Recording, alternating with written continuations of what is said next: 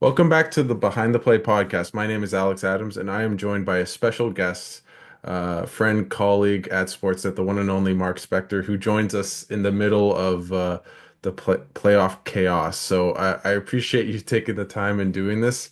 Mark, how crazy has it been the last little bit? Just I don't think you expected to be here, but here we are. Yeah, I didn't. When the playoffs started, the Oilers were in disarray, Alex. So no, I didn't really see a team. I just thought, you know what? Too many injuries. Ekholm's not playing. There's no way Evander Kane's going to be able to help. He's missed the whole season. All that stuff. I just thought this can't be their year. It's just not their year. And their games come together after the first two losses in LA. They've won 8 out of 9. And they're playing really well now. Everyone's back, and Ekholm's practicing. It looks like he's going to play sometime in this round. So, yeah, it's been an about face for the Oilers' chances between my ears. That's for sure. What have you seen? Like, how have they changed around? I know you wrote a story about how, like, the mindset is like, just get to the playoffs, and you don't fully believe that necessarily, but it seems like after game two of the first round, it seems to have kind of molded into shape. How do you explain the turnaround? Yeah, and they were never kind of right. They were pretty good for about 30 games this season. They were pretty good. They were like there's about a 30 game stretch where they were like the best team in the league, basically. But that's not even half the season. The rest of the time, they've just had injuries. They've been out of sorts. A lot of guys this season didn't have the season they had last year. And, when you go to the cup, it's because everyone has a great season. And then to me, the next year, when a bunch of guys don't meet that expectation, Stu Skinner wasn't as good. Connor McDavid wasn't as good. You know, Zach Hyman wasn't as good. Evan Bouchard wasn't as good. Ekholm wasn't as good. Lots of their best guys, if you put their numbers up this year to last, they declined a little. So that led me to think, you know what, it's just not their year. But what they've done is it's like they've kind of saved their game for when it matters. And now all those guys I just mentioned are playing their best hockey all at the same time. And lo and behold, they look very much, in fact, they look better than the team that went 4 rounds last year. I guess with that, like for me, from the outside, obviously you cover the team day in and day out. Like it's not just the McDavid Draisaitl show. Like even last year, they had the secondary scoring from guys like Fogel and McLeod, and who aren't there now. But like I think McDavid and Draisaitl only had were essentially a point per game in the Vegas series. Like how do you explain all these guys that had Matthias Janmark had 2 goals in the regular season, now has 2 goals in the playoffs. Like, how do you Yeah. explain all those depth guys just like surging and becoming really impactful playoff players? I don't know, right? How do you Yeah. explain it? I only know, like, to reverse engineer it. I know that every good team in the playoffs has that. Teams that last, teams that win, they all have they get these contributions, the old cliche, a new hero every night. And the fourth line gets you a goal when you need one, and the third line pumps one in, and your defenseman, the puck goes in for them. And so they have got that. How it all came together for them. Connor Brown's been really, really good here. Yeah. Kasperi Kapanen gets into a couple games, scores an OT winner to close out a series. It's I don't know how it's happened. I'll be honest with you. They've really got that. What every good team gets is all the parts are come together and they're all productive at the same time. It has to last for 2 months. That's what makes the playoffs so hard. It can't just, I'm looking at the Dallas Stars. They've got just as far. They're in the third round too, and they haven't had that. They haven't had a lot of their things going on for them. No. So either it starts for Dallas or they're not going to win. And either it continues for Edmonton or they're not going to win. I'm curious if I've been thinking about this theory, and I feel like I had to ask the Edmonton Oilers expert, but how much confidence do you think it gives guys like Kane, in between the pipes, Nurse, all these like depth guys when you have McDavid and Draisaitl on your team? Like, how much do you think they can just play free and easy, knowing like at the end of the day, we still have maybe two of the three or four best players in the world on our side? Like, how much do you think that helps them in this kind of playoff setting? I'm just curious. Oh, listen, hockey's one of those sports. I mean, like there's so many players in football that it's hard to say, hey, we got the best players, so we're probably going to win. Basketball is certainly one of those games. I mean, Yeah. five good players, you could win an NBA championship. But in hockey, when the game starts and you got the best player and most nights the best two players, yeah, that helps. It helps you mentally for sure. You always have the feeling that, in times are tough, we're not scoring, we need a goal, we've got guys who are going to get one. So yeah, it's a huge safety net. Now, what can happen and what has happened here, and it can be a coaching thing where the coach, every time there's a little bit of trouble, every time you need a goal, every time you're down 2-1 in the second period, he looks to 29 and 97 and overplays them and pairs them together on a line, and they're going to solve every problem we ever get into. Mhm. This is really the last two rounds is the best example of an Oilers team that's solved problems without 29 and 97 solving them for them. They've got goals when they need goals, they're getting them from other guys. And that's been an issue here of having a team where the coach basically puts everyone on the bench and just throws the best guys over the boards, and everyone sits and watches McDavid and Draisaitl play hockey. That's not a good thing, and it's not healthy. So there's a line to be walked, but it's a hell of an advantage having two of the best Yeah. guys. Like I say, most nights, the two best guys on the ice are wearing blue and orange. That's just the way it is. I find from my vantage point, maybe as part of like the collection of oddity in this run where everything's kind of flipped, is the play of Evan Bouchard. The first two games, he's kind of the fall guy, and then ever since he's turned his game like 360, and he can be such a, you know, confusing and exciting and invigorating player all in one, all at the same time. How would you just see the way, how do you evaluate the way he's kind of taken that step up? What does he kind of change? What have you liked in his games so far in the playoffs? Well, like he plays a ton of minutes. He's runs your power play, he plays on your top pairing. He's a 25-minute defenseman. So that means that he's going to play in every situation. He's awesome at putting the puck on right on the tape of this group of forwards that are some pretty good forwards. You want a guy that can get it on McDavid and Draisaitl's stick pronto, accurately, in stride, then they're at their best. So he plays a ton, but inevitably he's going to be on the ice in a position to have to defend. And what gets you never complain about Evan Bouchard's ability to move pucks, shoot pucks, run a power play, do all the offensive things. When he struggles, when he's not playing well, it's the other end of it. What do they say? He can be dangerous at both ends. And he was all season. I mean, he was dangerous at both ends at times this season, and it can kill you because sometimes he'll get 2 points, but it'll cost you two or three, and you go, well, was that worth it? Like Yeah. Eric Carlson's never really won anything, and there's been a lot of times when no matter how many points he gets, you just can't live with the way he plays defensively. No. And there was glimpses of that this season with Bouchard, but to his credit, and we saw it in the playoffs last year, when he bears down defensively, takes care of his own end. He's a big, strong guy who can really skate. There's no reason he can't play defense for you. He's shown it again. He's playing excellent defensively. Now, the only you know how hockey works. You don't always notice a really good defenseman playing well defensively, which is fine. I don't want to notice Evan Bouchard in his own end. Now I'm noticing him all over the ice, and when he gets you 3 points, he's not giving up any. And now you got a +3 and a guy that's really helping you win. So, in the end, I'm not sure they used to call Sandy Souza Lynch an offenseman back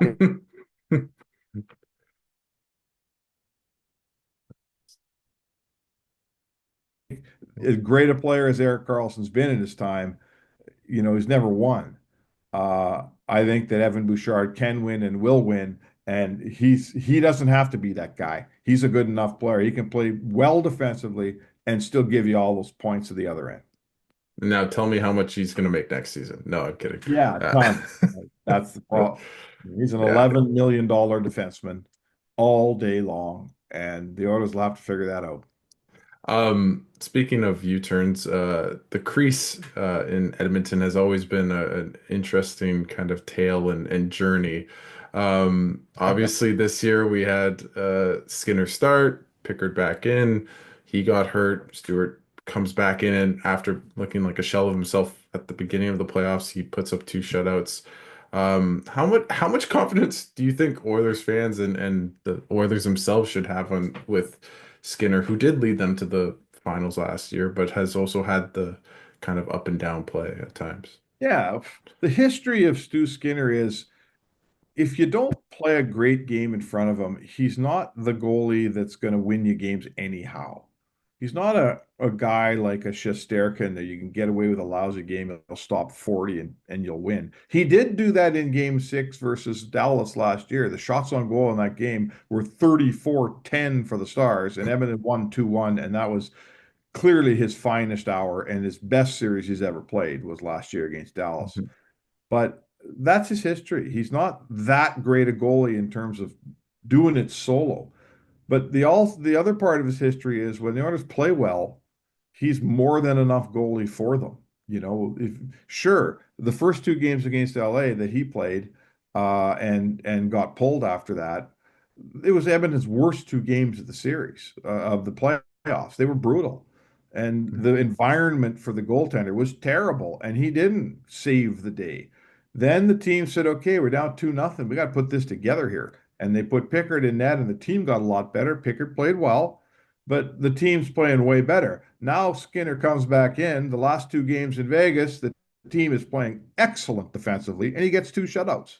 So I don't think, Alex, you can't win if you just have a great goalie and a team that's not that good Yeah. defensively. So I don't see Skinner as the problem here. I really don't. I think that if they're going to play at a Stanley Cup level, he'll give them Stanley Cup goaltending. If they're going to play somewhere below that, don't look at Stu Skinner to carry you to a cup because I don't think he's that goalie. Uh, it seems like Matthias Ekholm might be returning. He was taking line rushes tonight. I'm not going to ask you if you know, I mean, unless you do, but how impactful do you think his return will be for this team that, seems to be really turning a corner, and then they might get back their, best defensive defenseman at the very Yeah, least? like I didn't think they could win 2 rounds without Matthias Ekholm, and as it's turned out, they're doing just fine without him. They're doing just they're like I say, they're running on 6+ periods with no goals against here as we open up the third round. So uh, but right, Matthias Ekholm is indeed your best defensive defenseman. He's a huge leader. He's a big 6'4", 220-pound Swede that could skate and pass and shoot and second power play unit guy. And he's a really, really good player, man, in this league. Hmm. So you want him in. And Troy Stetcher's been a revelation. He's carried his weight. He's been fantastic, and you're going to put him in the press box the minute 14 can play. That's just the way it works. So yeah, he'll make him better. And I will say this to you: it's kind of the way Dallas got Miro Heiskanen partway into I believe, the Winnipeg series. Yeah. Um, if you're going to add a guy of that caliber and get that much better in the third round, that's a hell of a luxury. I think you picked the Oilers in six. Want to elaborate on that choice and why you think Edmonton will win this series? Obviously, it's two really good teams. Like it could Yeah. go either way, but maybe talk about that. I think I look at what happened last year and the way Edmonton won. I think we went into last year's series saying Ottinger's way better than Skinner. That's going to turn the tables. Well, he wasn't. Skinner was better than Ottinger in that series. Skinner's playing exceptionally well going in. So I don't, I'm not telling you he's going to be better than Ottinger, but I don't think he'll be considerably worse. Dallas's depth, I like Edmonton's depth better, and it's outperforming Dallas's depth. Certainly, Edmonton has the most three-goal guys in the league right now, and their depth is just very good. Defensively, the Edmonton Oilers are every bit as good or better than they were last year, and last year they won in six. So yes, Dallas has Mikko Rantanen. That is for sure. And that's a big addition to the team they had last year. But Robertson, I don't think is right. I think he's hurt. He's going to play tonight. I think he's hurt. Wyatt Johnston had a hard time getting anything done in a playoff atmosphere last year. Matt Duchene is on a prolonged streak, pointless streak, and it's just having a hard time. I'm not sure that, I guess I don't see enough change between these two teams. If Dallas is a little bit better, I think Edmonton's a lot better, and they beat him in six Mhm. last year. So I'd have to see something else to turn that prediction around. And at this point, I don't see it. But like you say, there's only four teams left. It could go either way, yes. But I think it's going to go Edmonton's way. How much credit does Stan Bowman deserve for just this season and how he, basically picked up the scraps from the Broberg and the Holloway and Yeah. restricted free agency and the offer sheet like this, I asked you this question I think in January and you probably would have a quite different response than you do now, Yeah. but just how much credit does he deserve? Well, I think he's GM'd this team exceptionally well. Like, when you lose two 23-year-olds in Broberg and Holloway, and that they're both fast, quick, young players. Edmonton's the oldest team in the league. So that hurts. Then they traded McLeod. They didn't love McLeod. He's very speedy and fast, and they didn't want to pay Fogel, and he's very speedy and fast and big. So they lost four fast guys, and this team was slow. Leon Draisaitl told me yesterday, he said, yeah, when the season Hmm. started, it looked slow and it felt slow. And you got to figure out how to keep up in the league. Like it's a quick league, everyone's fast, and Bowman got after it. He went out, he traded for this Vasily Podkolzin. Not a great player, but fast and hard and physical and a nice depth piece. Then he picked up Kapanen on waivers. Again, bottom six guy, but really speedy man Totally. and playing physical. And they got him at the right time. He's been waived twice. His commitment to being a good player in Edmonton is far higher than it was in his last two stops. I could tell you that for sure. And then they worked a long time to get John Klingberg, and they took a chance on him because he had the bad hips, and you didn't know if he'd turn out. And now John Klingberg is playing on a regular pairing, and he's a very good defenseman. He moves the puck fast. He's got great lateral movement. He's making you faster by the way he moves the puck. And then they trade for Jake Wallman and Trent Frederick. And Frederick's a straight line guy, but he's big and he can move and he'll knock you over. Another depth guy, and Wallman's playing every night, and his puck skills are exceptional. Yeah. And all of a sudden, you got a little more foot speed, but you play the game way faster. And Edmonton's not slow anymore. No one's looking at the Edmonton Oilers going, man, they just couldn't skate with that opponent that night. That is not the case. And I think you got to credit the GM with that. Like everything you're saying, and maybe, until game one starts, and then something will happen, and the Oilers might lose like 5-1, and then you're like, they're not in the driver's seat to make the Stanley Cup Of final and course. maybe win the cup. But I'm curious from your vantage point, like to me, I feel like the Oilers are the favorite to win the cup right now. How do you feel? Like, do you feel like this team is objectively better than last year? It seems like you feel that way. Is the cup coming back home, Mark? That's my question. Well, I don't know. I mean, I guess if I haven't beaten Dallas, I haven't going to the Cup. And I can't tell you that they should be favored over, let's say Florida wins that series out east. I mean, Florida's a champ and Florida beat you last year. So I would never, I may pick if it happens, and I may pick the Oilers to win the series, but I would say to you that you're Florida's always going to be the champ till someone beats them. That's just Hmm. hockey history for me. But right, but if Edmonton gets back again and can play whoever they play out there, they're not the same team that showed up at the Cup for the first time, in recent history, in this era, right? They've been there. They played there last year. The lessons they learned was, and we've seen it over the playoffs, you have to get control and win a game earlier in the series. They fell behind 3-0 to Florida. They won the next three, lost 2-1 in game seven, and they looked back and said, we lost this thing in like game three at home. Yeah. Sure, you lose game one, Bobrovsky steals it. They were way the better team. Florida beat you fair and square game two. This version of the Oilers team, like they did against LA in the first round, they come home and they take control of game three and they win that game. It doesn't get away from them. They don't go down 3-0. So they'll be a tougher out for Florida this year if it goes that far. I mean, they got to get past Dallas, and that's not a given, but they'll be a tougher out. I won't tell you that Florida shouldn't be favored. They should be. But this Oilers team, it's better than the one that came 2 goals short of a Stanley Cup last year, in my opinion. It's a better team, and you don't have to be that much better, right, than what they did last year to bring a Stanley Cup home to Edmonton.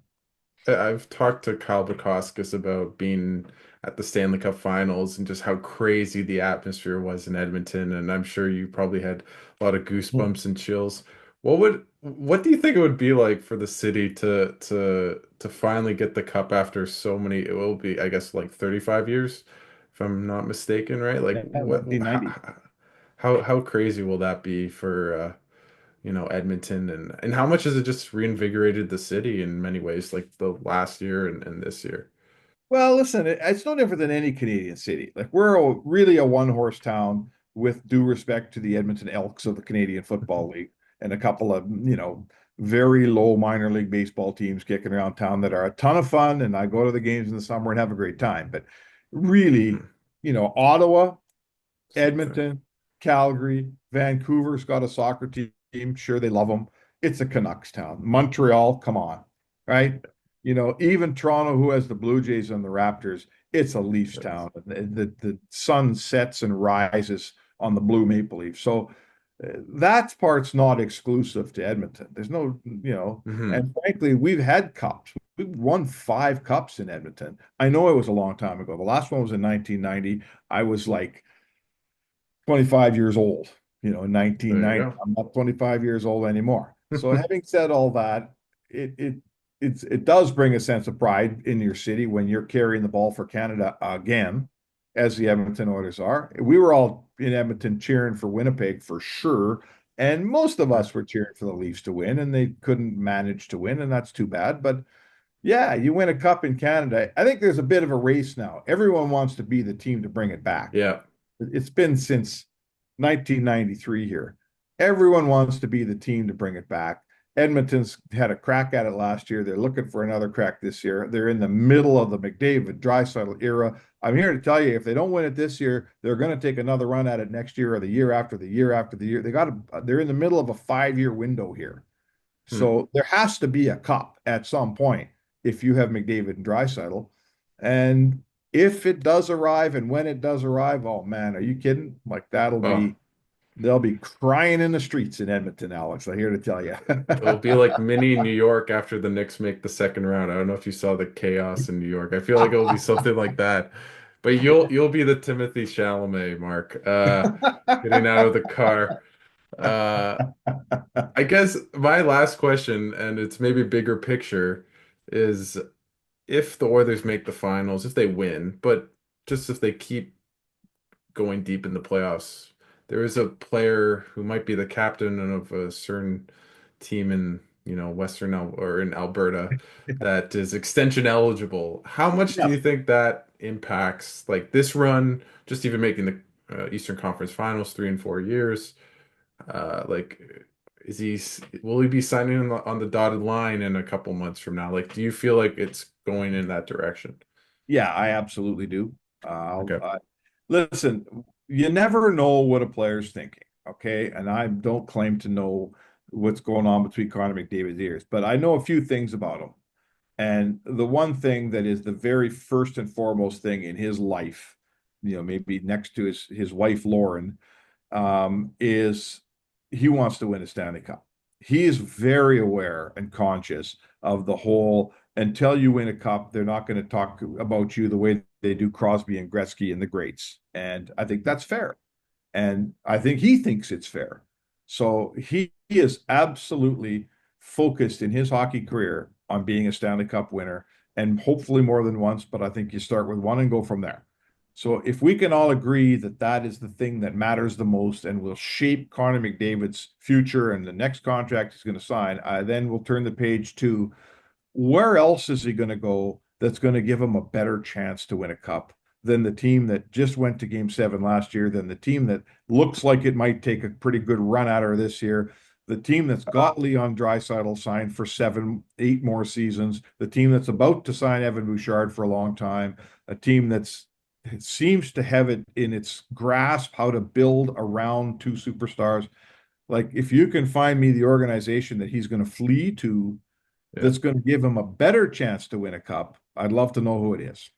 Can I just say, Mark, 40 years ago, a certain great one started a dynasty in Edmonton. I wonder if we're at the precipice of that this year. I'm not going to make you comment on that, but I've just been thinking about that. Like you have the Gretzky, you have the Messier. I mean, they don't have. Maybe you could say they have the Paul Coffey, who's now an assistant coach, but it feels like if they can get over the hump, like, and he signs, Well, you that never 5 year know. window. I think you're right about that. Yeah, I mean, look at like right now, you're just striving to be Florida. You Yeah. know, Florida's been in two cups in a row. They won one, and they look, we'll see, but I think they're better than Carolina. I Yeah. think they're trying to get to a third cup in a row. And in today's world, like that's insane. Yeah. Who's the last? I don't know. I don't have the answer to this. Who's the last team that played Tampa. straight cups? Was it Tampa? Yeah. And Yeah. and Tampa's really been the gold standard, right? They've been such a Yeah. great organization and they're Oh, good every year. So sure, no one's, I mean, no one. I doubt someone's winning five cups in 7 years like those old Oilers did. I just have a no. hard time thinking it's going to happen. It might. Our definition of a dynasty in 2025, I think, is compressed, right? It used to Hmm. be you had to win three in a row or four in a row. Well, now it's sort of I think we redefine it now in this time of Yeah. parity, but they're good. They're good, and they got the best two players on the ice most nights. Their goalie, Stu Skinner's only 26. He Yeah. should get better. He should have a bunch of years left. Let's see what happens. Well, I'm going to be watching. I know you will be. That's for sure. Mostly just because it's your job, not because you care. No, I'm kidding. Yeah, a little of both, a Yeah, little of a both. little bit of both. But Mark, I really appreciate, you taking the time to come on, especially when, you're in the thick of the playoff, chaos. So I really appreciate you taking the time and doing this, and good luck. And I hope for Oilers fans' sake that you're busy until late June, even though I know maybe you'd like to be on the golf course a little bit more, but hey. Yeah, that's okay. Listen, it's a privilege to cover a good team. It's a Yeah. privilege to be sitting here in Dallas covering another Western Conference final, and it's awesome. All of the guys, this, Awesome. Alex. Everyone in our business would love to be sitting where I'm sitting right now. So you won't hear me complain. The flights are long. Who cares? Uh, I just, let's hope it goes It's well on this side of things. And it was really, really heartening to see the rebuilds in Montreal and Ottawa take that step this year yeah. to become two viable teams that were entertaining as hell Oh, and two teams that went on the ice every night and had a chance of winning every night. Not, yeah. oh God, it's Ottawa. This is going to be easy. So Yeah. let's hope that on the other side of the draw, we see you sitting across from us one day. Oilers Sens final might break my brain, but we'll see. We'll see. We'll see, Mark. But thanks again for taking the time. Good luck tonight, and we'll be in touch. All right, man. Thanks, Alex.